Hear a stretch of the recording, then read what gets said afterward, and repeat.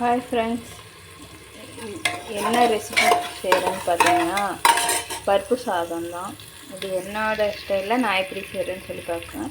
நான் இதுக்கு முன்னாடி வீடியோ எடுக்க மறந்துட்டேன். இப்போ நெய்யும் எண்ணெயும் கொஞ்சம் ஊற்றிட்டு கடுகு போட்டு கருவேப்பிலை, வெங்காயம், தக்காளி, வரமிளகாய் போட்டு வதக்கிட்டுருக்கேன். நீங்கள் தக்காளி போடாமல் செஞ்சாலும் சூப்பராக இருக்கும். நல்லா வதக்கணும். அதுக்கப்புறம் பூண்டும் சீரகமும் நல்லா தட்டி வச்சுருக்கேன். அதை நம்ம அதில் சேர்த்து நல்லா வதக்க போகிறோம்.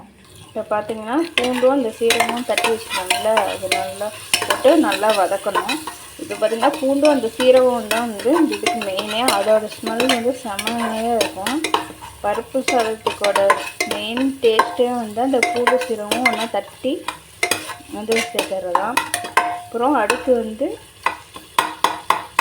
அரிசியும் இப்போ நான் 1 டம்ளர் அரிசிக்கு 1/4 டம்ளர் பருப்பு ஒன்றா சேர்த்து, துவரம் பருப்பு ஒன்றா சேர்த்து ஊற வச்சுருக்கேன். அதை கழுநீர் பிடிச்சி இப்போ இதில் சேர்க்க போகிறோம்.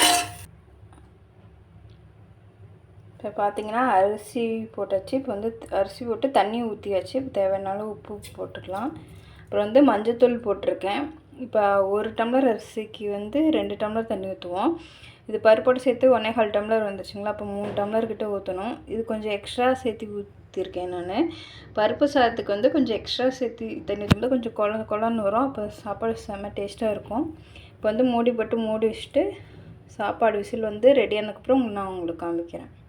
இப்போ பருப்பு சாப்பாடு விசில்லாம் அடங்கிடுச்சு. இப்போ நம்ம ஓப்பன் பண்ணலாம். இப்போ நம்ம நல்லா மிக்ஸ் பண்ணி விடணும் சாதத்தை. நான் ஊற்றின தண்ணி கரெக்டாக இருக்குது. இன்னும் கொஞ்சம் ஊற்றினா இன்னும் குழஞ்சி வந்திருக்கும். ஆனால் இதுவே குழஞ்சி தாங்க இருக்குது. இதில் நெய் ஊற்றி சாப்பிட்டா ரொம்ப டேஸ்ட்டாக இருக்கும். இப்போ பார்த்தீங்கன்னா பருப்பு சாப்பாடு ரெடி. இதில் மல்லித்தலை இருந்ததுன்னா நீங்கள் போட்டுக்குங்க. என்கிட்ட இல்லை. மல்லித்தலை போடாமல் செஞ்சாலும் சூப்பராக இருக்கும். ஏன்னா அந்த மல்லித்தலையோட வாசனை, அந்த டேஸ்ட் இதோட ஒரிஜினல் டேஸ்ட் கொஞ்சம் ஓவர் கம் பண்ணிடும்.